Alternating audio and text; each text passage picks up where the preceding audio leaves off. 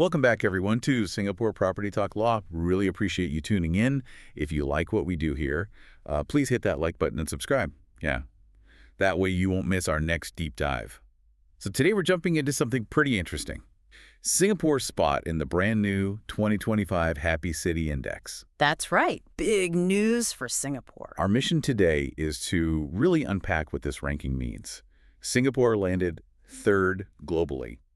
What does that actually tell us about, the quality of life here, according to this index anyway? Exactly. Third place is definitely noteworthy, just behind Copenhagen at number 1 and Zurich in second. Okay, Copenhagen, Zurich, leaders in these kinds of rankings often. They are. And it's interesting, two other Asian cities also cracked the top 10. Seoul came in 6th and Taipei was 8th. So a strong showing for the region overall. Right, so third place globally. Yeah. Sounds good on paper. Yeah. But what are they actually measuring? What makes a city happy according to this Happy City Index? Well, it's pretty comprehensive. They look at 82 different indicators.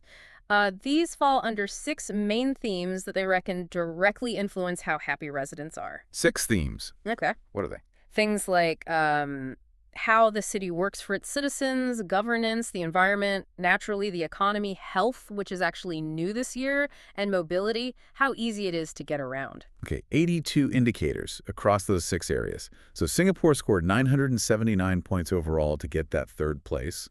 What does the index itself say? Does it give a summary of Singapore's performance? It does. It describes Singapore as, and I'm quoting here, a global beacon of economic prosperity, governance, and urban innovation. A global beacon. Okay, that points pretty clearly to perceived strengths. Absolutely. It sets the stage, highlighting where Singapore really shines according to their metrics. That fits the general perception, I think. Let's dig into some of those strengths then. Education and innovation were mentioned. Yes, definitely. The index highlights those as central pillars. They point out Singapore's universities consistently ranking in the top 50 globally. Which is a huge draw, obviously. For talent, for research. Exactly. It fuels innovation, but also attracts a diverse, skilled population. And it's not just the institutions. Right. What about the people themselves? Well, the index notes over 63% of the population speaks at least one foreign language. That's a big plus in a global hub, isn't it? For sure. Facilitates business, cultural exchange. And digital skills, too. 55% of the population is considered digitally skilled. Vital in today's world. And innovation. Yeah. Patents are usually a good indicator there. They mention that, too. Singapore grants about 7.37 patents per 10,000 residents. So, yeah, it signals strong technological progress, a real focus on R&D. Okay, let's shift to governance. Transparency. Singapore usually gets high marks here. What does this index say? It definitely flags governance and transparency as key strengths. They mention high levels of civic engagement, so people are involved, paying attention. And information access. In the digital age, that's crucial. Right. They highlight Singapore's open data platform. Apparently, it has something like 8,086 data sets publicly available. Wow, that's a lot of data. It is, and suggests a real commitment to transparency, empowering citizens with information. How does that translate into daily life? Does it make things easier for residents? Seems like it. The index mentions digital governance being really integrated, e-services for, reporting faults, paying bills online, booking appointments. It streamlines things, makes life more convenient, presumably. Okay. Now, you mentioned health is a new theme for 2025. That's interesting. What aspects of health are they looking at? Yeah, new focus. It includes things like mental health support, nutrition, and that ever-elusive work-life balance. Ah, work-life balance. Always a hot topic. Indeed.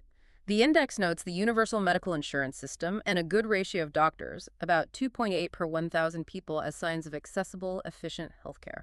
And beyond just the system, what about actual health outcomes? They point to a strong focus on public health initiatives. You see it in the results. Life expectancy is high, around 83 years, and obesity rates are low. That's impressive.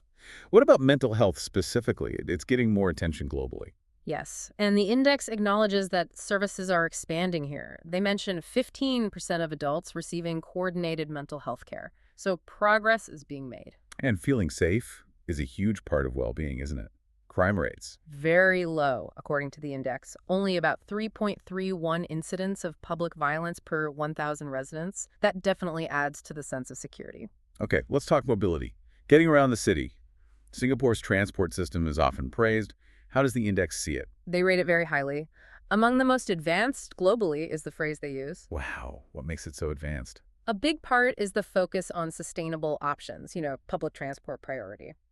Plus, they mention the intelligent traffic management system that helps keep things flowing. Yeah, anything that reduces traffic jams contributes to happiness, I'd say. For sure. And the integration of electronic payments makes it seamless for commuters. Another key point they highlight is accessibility. Accessibility. Yeah, all public transport vehicles are fully adapted for people with mobility disabilities. That's a major plus for inclusivity. That's really important. And road safety. Also very good. Low traffic fatality rate, just 0.24 per 10,000 residents. They attribute that to strict safety measures and good urban planning. Right, makes sense.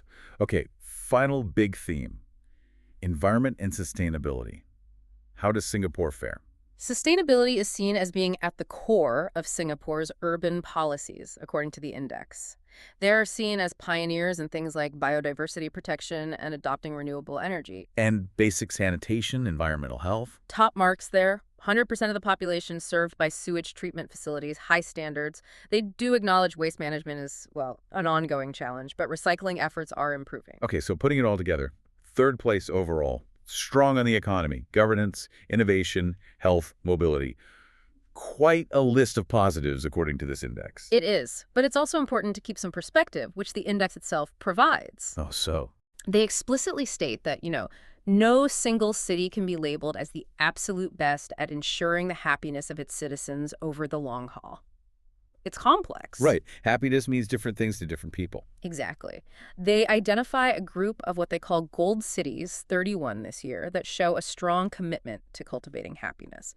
Singapore is in that group. Was Singapore on that list before? Yes, it was also a gold city in the 2024 index, although ranked a bit lower than at 34th, I believe. So a significant jump this year. It really makes you think, doesn't it? What makes a city happy?